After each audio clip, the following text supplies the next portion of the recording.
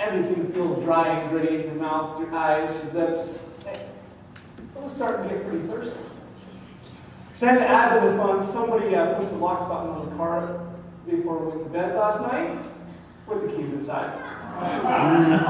So by the time we get up and we eat stuff and we break camp and we break into the car and we get back on our way and back into the park, it's been several hours without any water.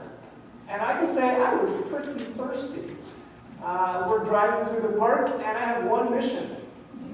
Find a store so we can get something to drink. I think we finally found a store and we had 3 bottles of Gatorade and things went on from there. Of course, the worst part was there's no coffee because there's no water in the sell. But that for me, that was the time when I was really, really thirsty. That connects with the idea here this morning of being thirsty. We really don't have to look too far in our world to recognize there's a lot of thirst around us. There's a lot of thirst that people are looking for value, for affection, for purpose or meaning to where I'm going in life. Looking for power. Looking for loyalty. Looking for something I can trust. Thirsting for something that lasts. There's a great many thirsts. Question is, why? And what's the answer to that? Jeremiah chapter 2, verse 13, God addresses this with his people as he is speaking to them.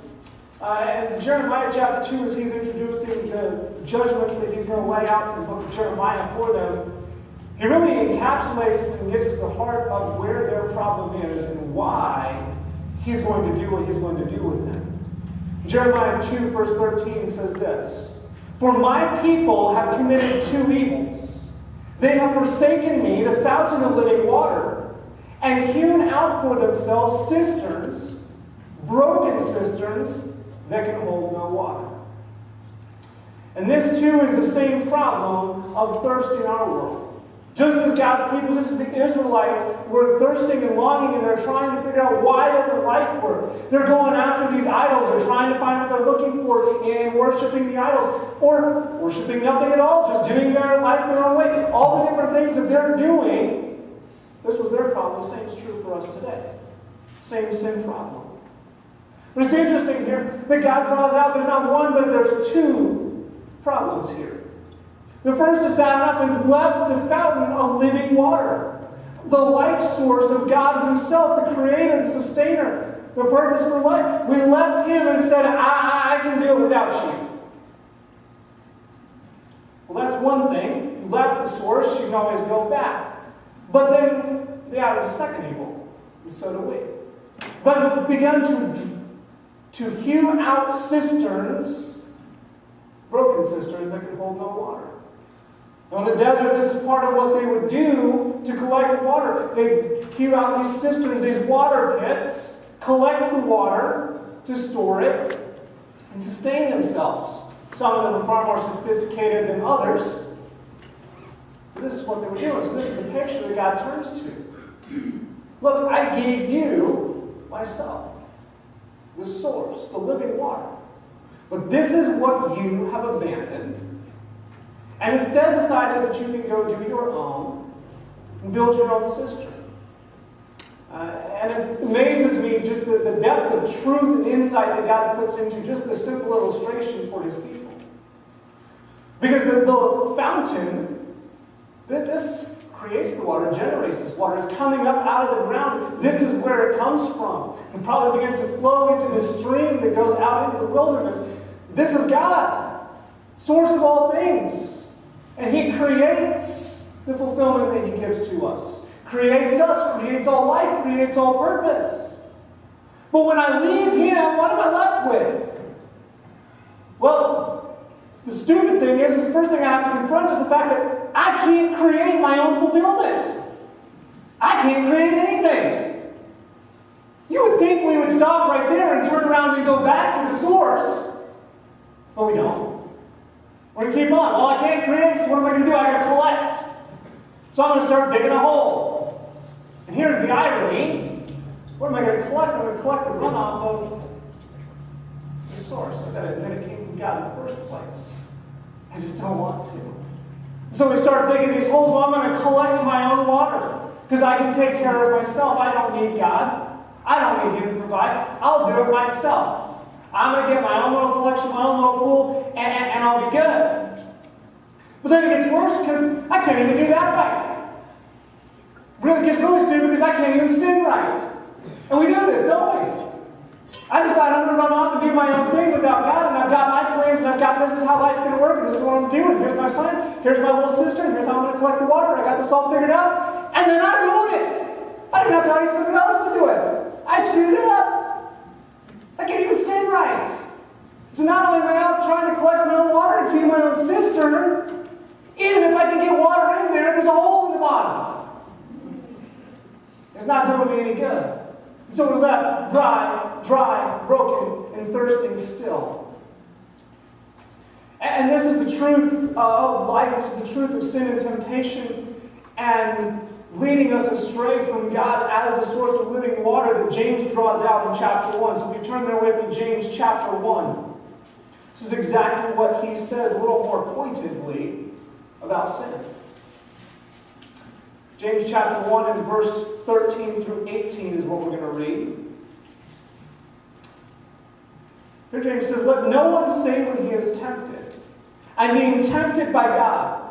For God cannot be tempted with evil, and He Himself tempts no one. But each person is tempted when he is lured and enticed by his own desire. The desire, when it's conceived, gives birth to sin, and sin, when it is full grown, brings forth death." And so this is the nature of sin. Sin is not Satan or myself or anything else having created some new thing, some form of fulfillment for me that I'm chasing after. The reality of sin is God created me. God created my life. God created the means for me to be fulfilled, satisfied. And sin takes and perverts that, pollutes it, poisons it. Takes the desires that God gave me for good, for life, and for living with Him, and says, well, I got a better way than God to fulfill that. I've got a better way than God's directions to fulfill that. I've got something easier. I've got something faster. I've got something just a little bit different. Here, try this.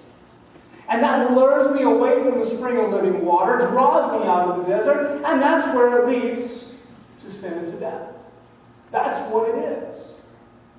It is a false fulfillment of the very desires that God gave me. So it draws me out of the desert digging for water when I could go to the source. So what's the truth behind this? Well, James goes on, "Do not be deceived, my beloved brothers. Every good gift and every perfect gift is from above, coming down from the Father of lights, with whom there is no variation or shadow due to change. Of His own will He brought us forth by the word of truth, that we should be a kind of first fruits of His creatures." The reality is everything good, everything that matters, everything that satisfies, everything that we were created for comes from God. There is no fulfillment of desires except through that which God created. And all these other things that entice me, all the promises of sin, are all by perverting what God made. And so it points us back. If you're going to be satisfied, if I'm going to have this thirst sated, if I'm going to be filled, there's only one place to go. You go back to the source. Go to Isaiah chapter 55. What does God say about coming to Him? How does He say it will be fulfilled? Isaiah 55.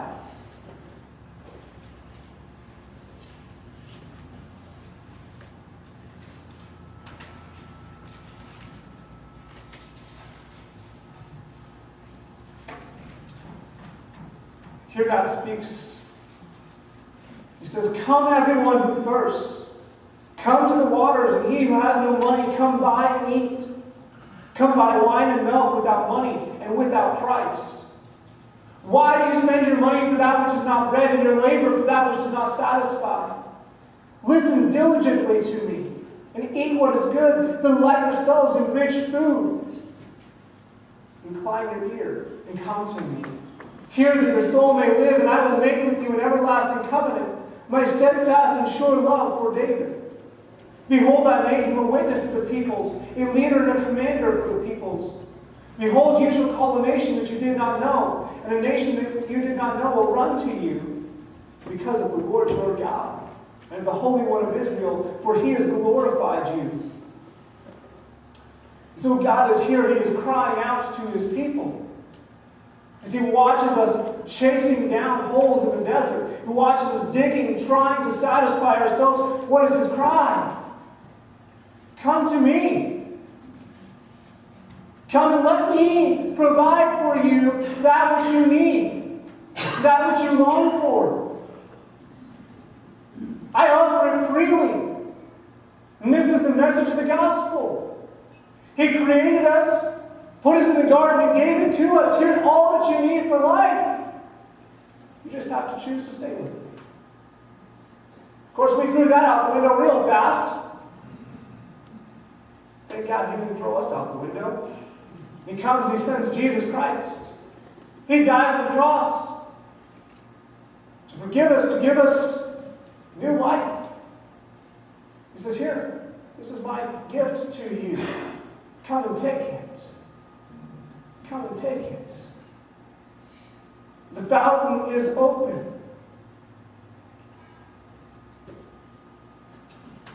Comes the question of, what am I willing to seek?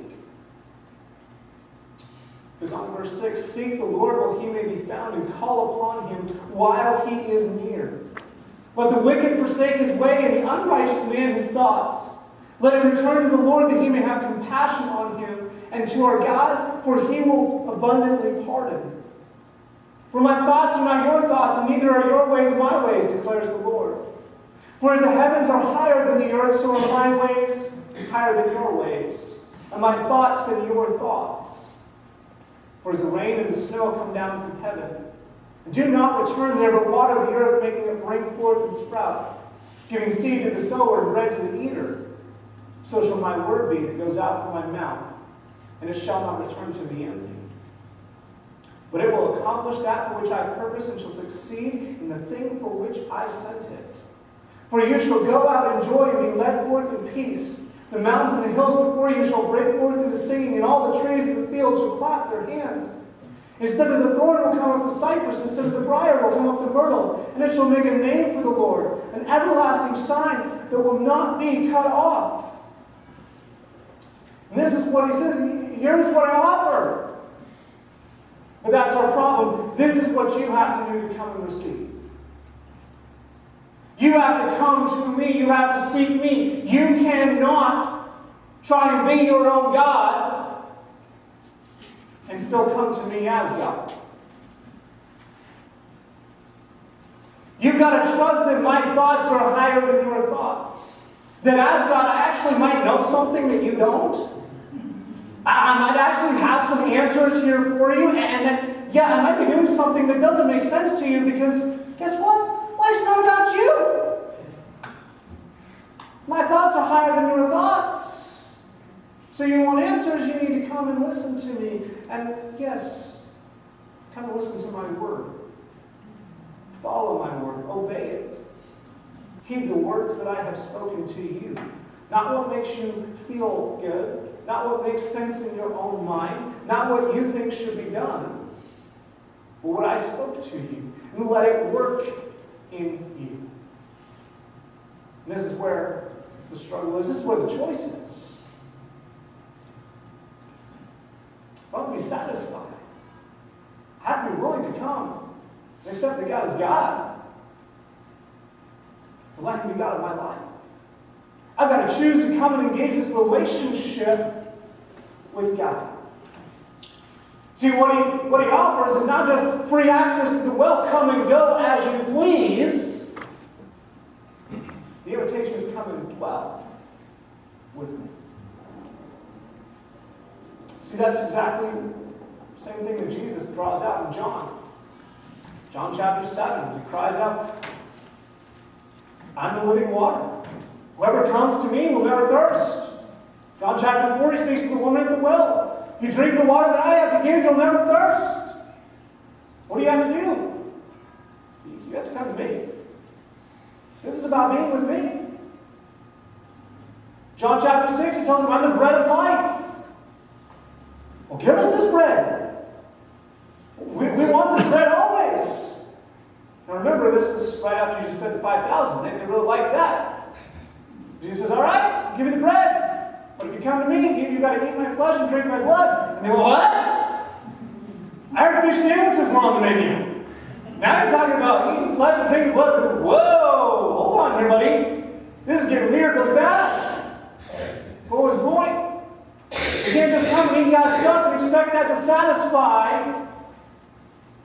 Well, having a relationship with God who gives. This is the way to come and eat and drink and be satisfied, is to come through the body and blood of Jesus Christ. That I recognize that I am out hewing empty cisterns. That I cannot be my own God. There is no source of life there. That I need a God. And I need a Savior. Because I've been with that God, and there's no way for me to get back to that well of life except through the cross. And so he draws us to that decision, to this question, will you come and accept life with me? Here is where satisfaction is. Here's where the water is in my presence, in the presence and person of God, received through Jesus Christ as Savior.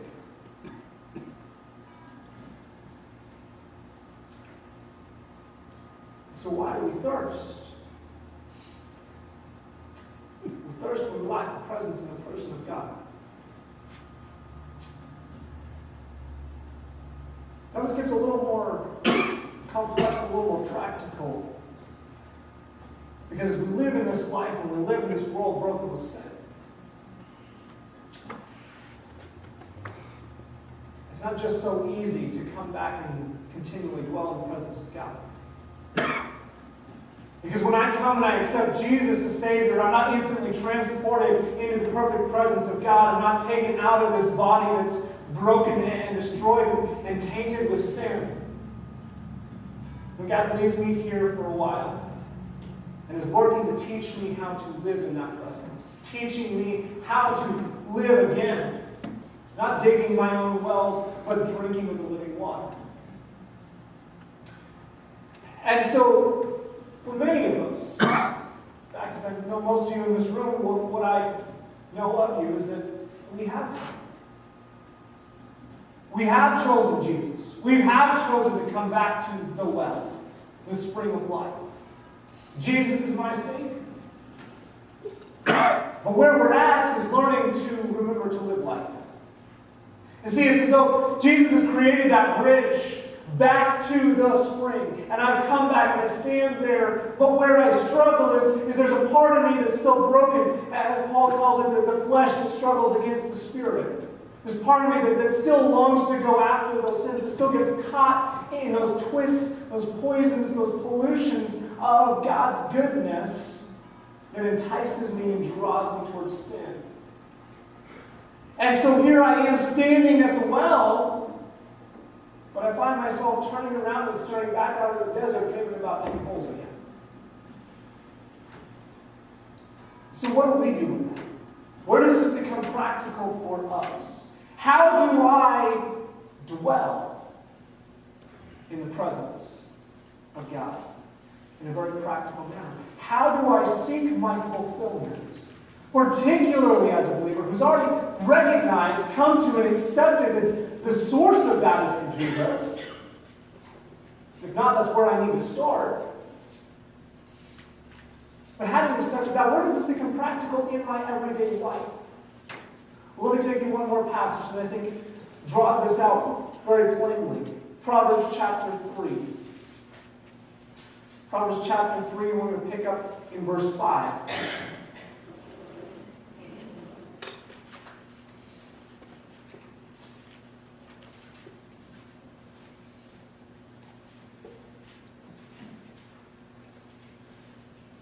Proverbs 3, verse 5 says this: "Trust in the Lord with all your heart, and do not lean on your own understanding." So what does it look like to drink from the spring? Well, learn to trust the Lord with all your heart. If I am not trusting, believing, and seeking God as the source of my fulfillment for life, fulfillment of my desires, fulfillment of my needs, I'm going to find it. But if I'm actually going to drink of the water that's there for me, that requires trust. I got to believe it and act on it. I can't just know that God is what I need. I've got to trust that. And actually pick up the water and drink. Trust the Lord and trust Him not half-heartedly, with all my heart. Another part that's the real kicker for me: lean not on your own understanding. It's where I get tripped up far too often. See, it's not that I many times am blatantly out to abandon God, or don't want His way, or don't trust Him with my life. It's that I just didn't even ask Him. It seemed obvious. It seemed like I had this under control. I got this figured. I didn't even bother to ask God what He thought. Didn't know I needed Him.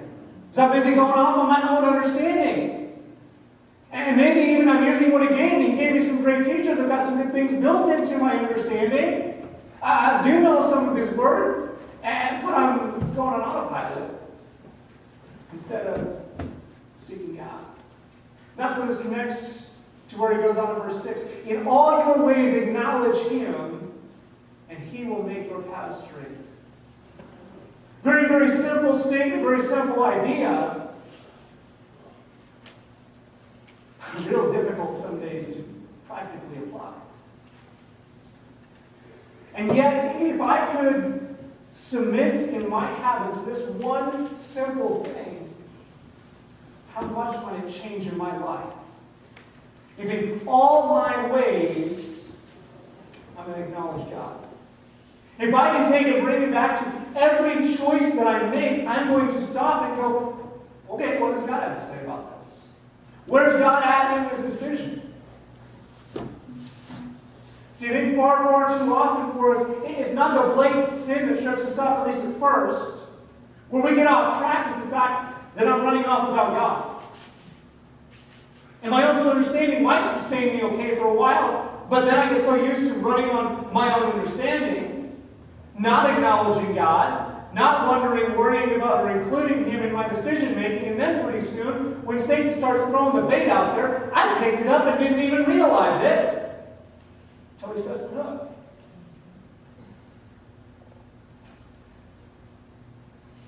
But if instead I can trust the Lord with all my heart, choose not to lean on my understanding, but in all my ways acknowledge Him,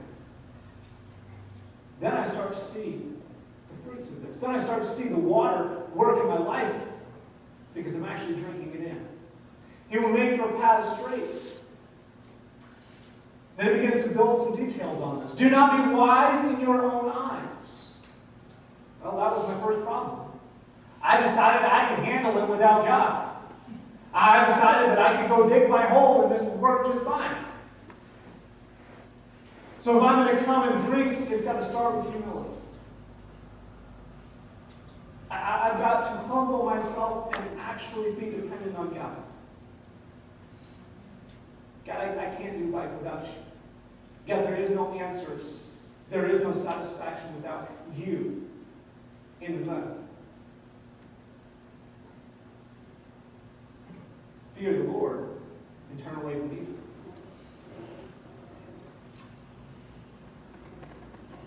Well, seems fairly obvious, yet how often do we do it? I've got to start getting evil out of my life. I don't want to see the effects of temptation. I don't want to get off track and stop leaving the door open to where I know it's going to get me in trouble. Where there's sin, where there's evil, where there's temptation, where there's stuff that I know I'm already struggling with, I need to cut it out of my life.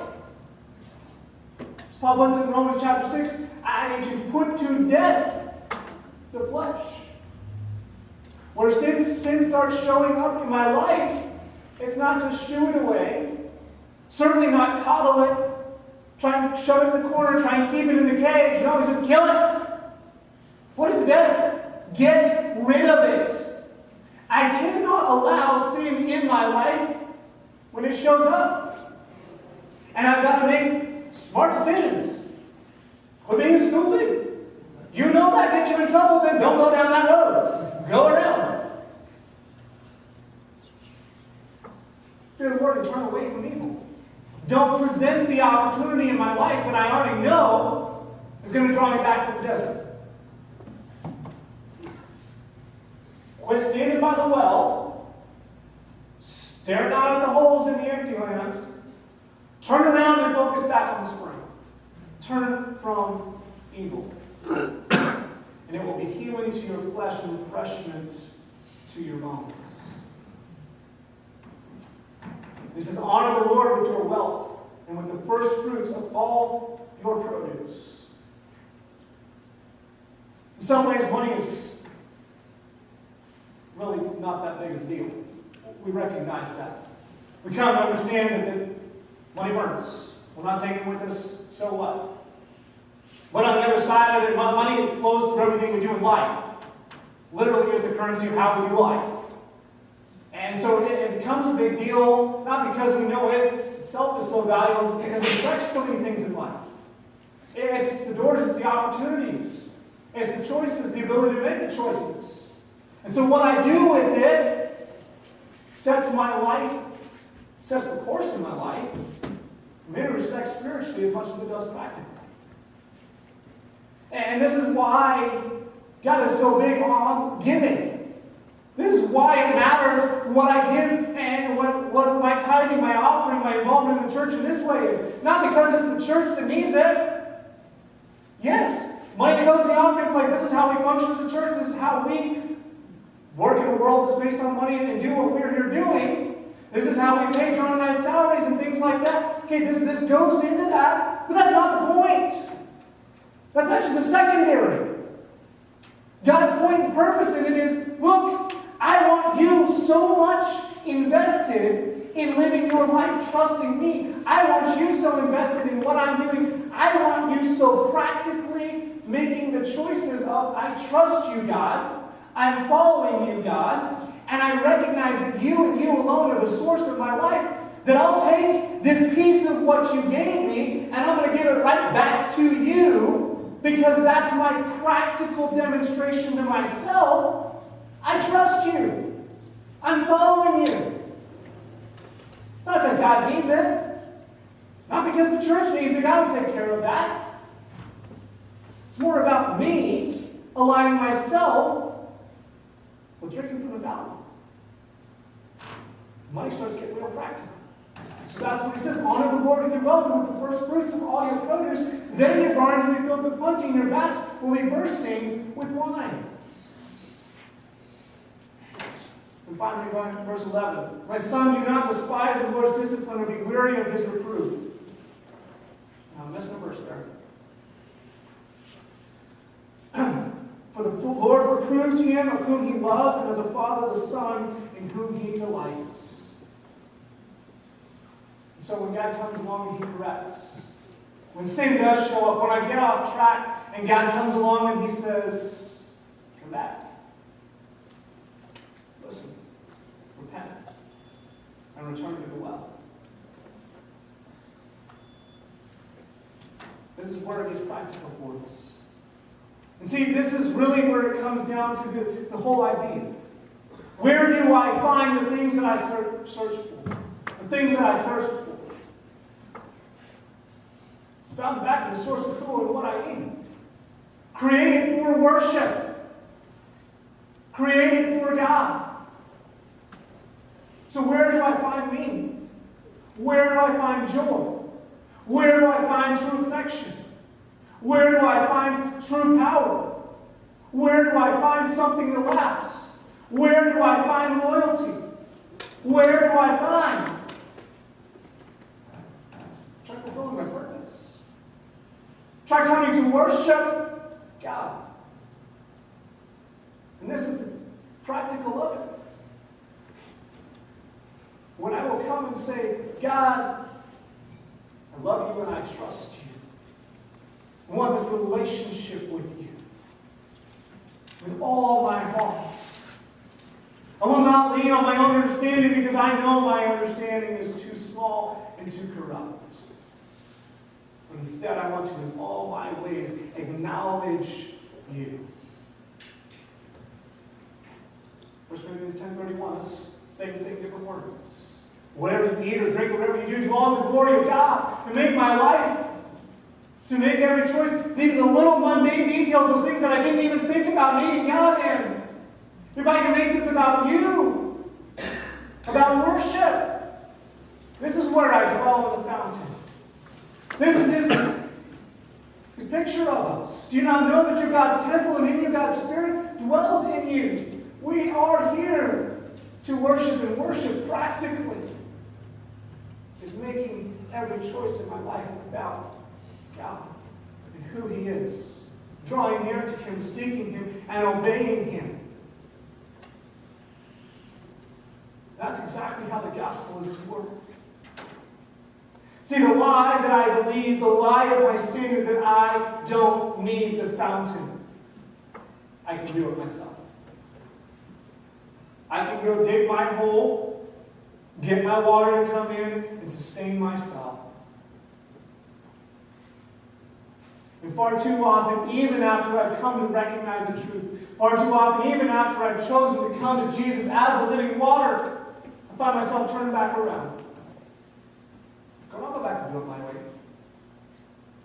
God, you can have this part of my life, this part of my life, this part of my life, but this, I'll handle.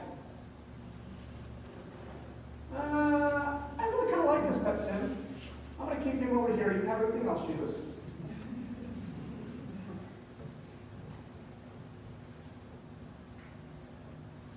Coming back.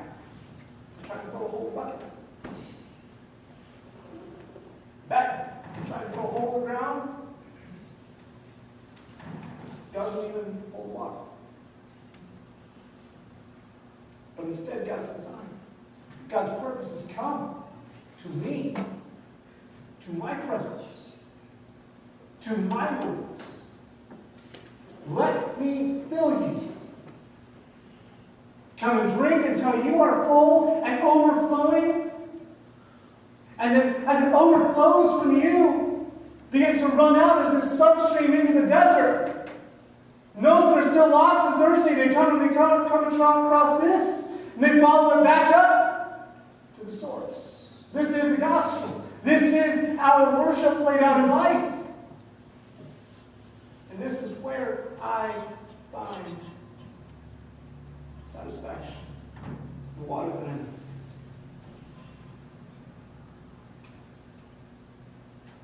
So the question, two things. Number one, what are my broken cisterns?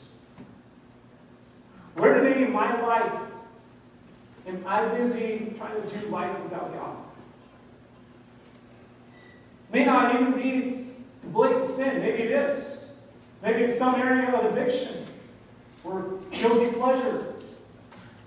Maybe it's some area that I know this stuff, and I'm just not willing to give it up to you. Maybe it's less apparent. I just don't include God in this. What's my area of a broken cistern today? Then the solution, will I come back? Will I take the little things in life? A little bit easier in some ways with the big things. Trust God and acknowledge Him. What about the little stuff? And this starts with us as individuals, but this is also going to be true for us as a church. We want to see our church thrive. We're excited about bringing John in and seeing where his new leadership goes. But that's just the leadership. And if we're going to follow that and do that as a church, that happens as a church. And we as a church have to choose to trust God. Not be wise in our own eyes. And to acknowledge Him in all that we do. Together just as much as individuals. And so let's do this in my own life, but let's also do this as church. And let's recognize the role that we can play among those lives, to support, to help, to encourage, to back up one another as we seek to do this individually and together. And so let us come and dwell in the fountain of living water.